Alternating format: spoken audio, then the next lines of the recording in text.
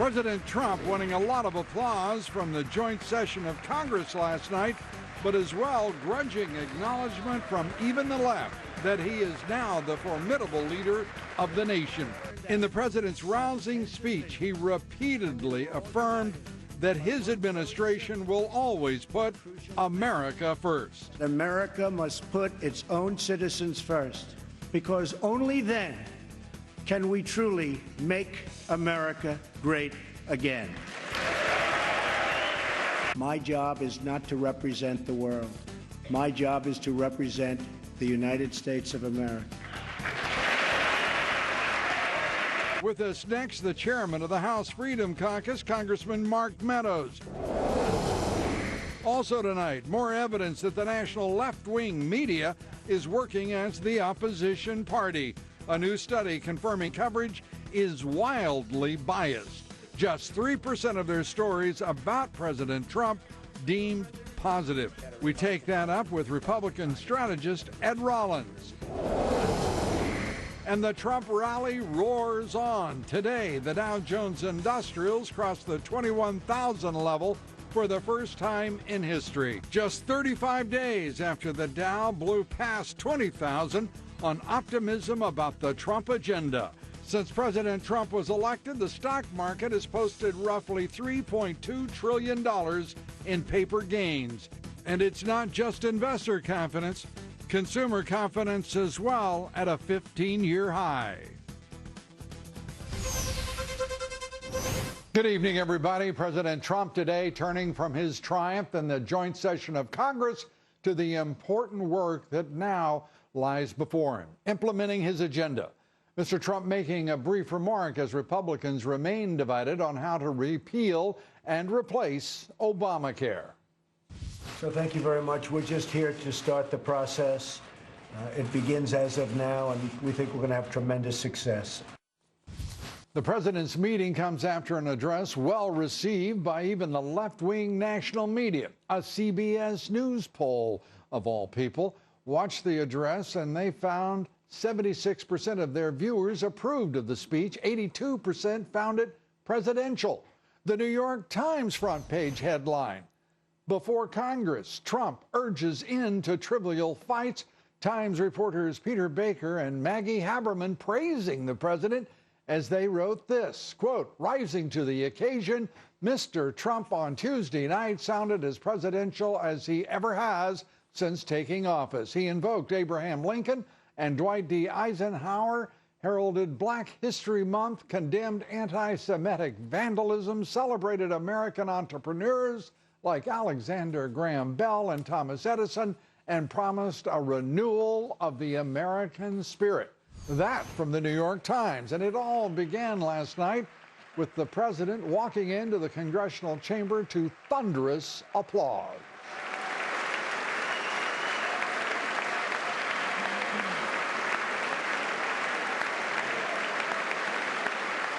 Five minutes worth of applause as he entered and went to the podium. Mr. Trump then delivered a unifying message, a call to action on the nation's challenges. The time for small thinking is over. The time for trivial fights is behind us. We just need the courage to share the dreams that fill our hearts, the bravery to express the hopes that stir our souls, and the confidence to turn those hopes and those dreams into action.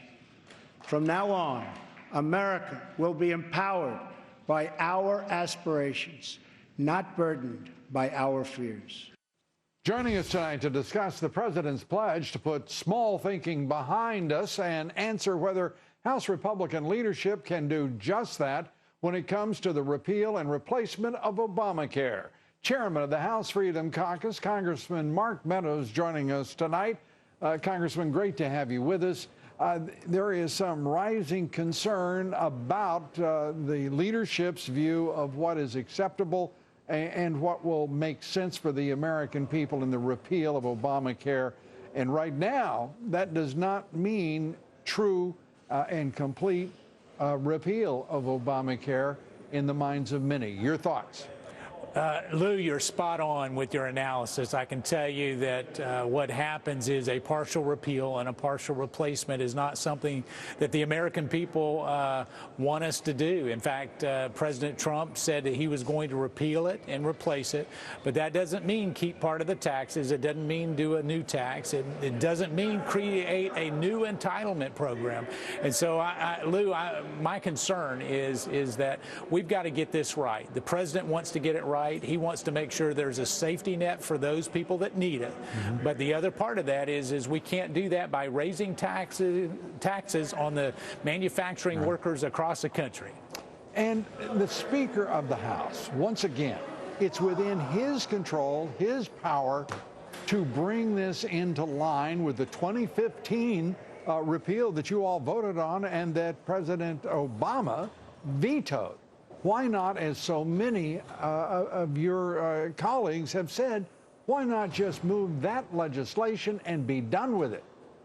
Well, Lou, you're right. I mean, we voted on something. We passed it in the House, passed it in the Senate, sent it to President Obama, and he vetoed it.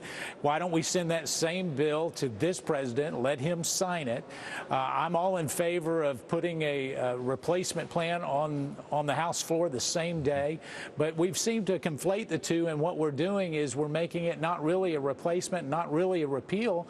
It just becomes another big government program, and to think that this big government program will replace one that doesn't work and that this one will work any better is defying history. And so we've got to get it right. Hopefully we will. I can tell you I've been working today with a lot of my colleagues and Chairman Brady on Ways and Means to see if we can find something that makes fiscal sense for the American people.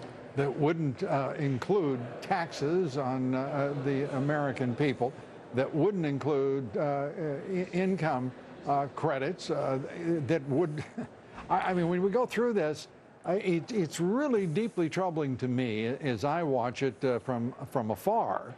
I will tell you, because this president has promised to drain the swamp. It is his agenda that is responsible for the election, not only his election, but of so many in the House and so many in the Senate. And right. to defy the American people on this is a very big mistake, it seems to me, for Speaker Ryan and his leadership. And there would be an accounting, and it would be, I think, a very damaging to the president. Well, the president is committed to doing it right. I know I believe him to be a man of his word, and he wants to do it right. We in the House are committed to making sure that we do that. Let me be clear, Congressman, I'm not talking about him being the architect of that injury. Right. I'm saying that Paul Ryan is, and I'm saying it as clearly as I can. It's got to stop.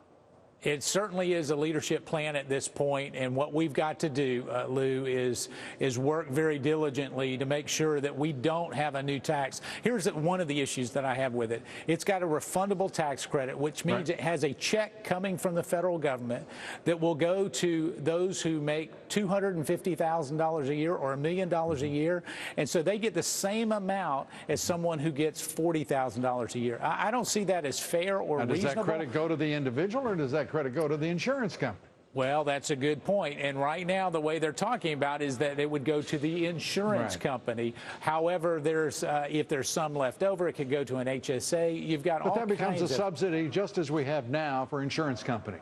Exactly. It's a subsidy by another name. And these games are being played by a leadership that apparently thinks that we are as foolish as the Democrats were back in 2009 and 10. We're not. Well, we're not. And I can tell you that I'm hearing from a lot of people across the country who says, you know, what we've got to do is repeal it.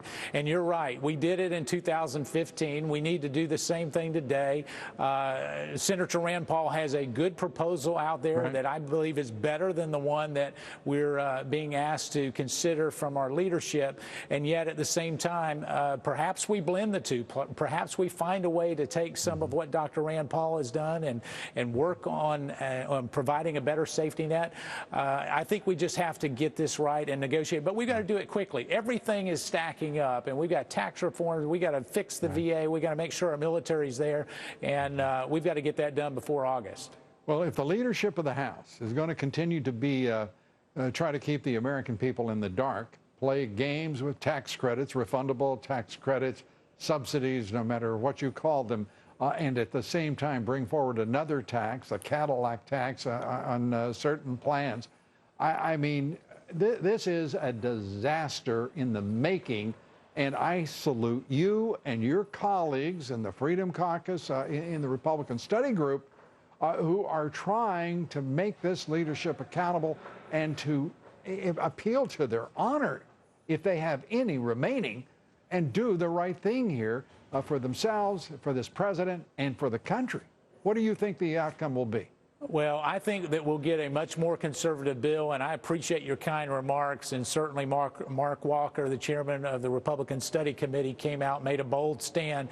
And I think what we're seeing is there is no consensus today. So in order for there to be consensus, we've got to get a real bill that repeals it, replaces it, and make sure that we handle those pre-existing conditions, which we're committed to do. Congressman Mark Meadows, as always, thank you for all you do, and thanks for being with us here tonight. We appreciate it. Thank you, Lou. We're coming right back with much more. Stay with us.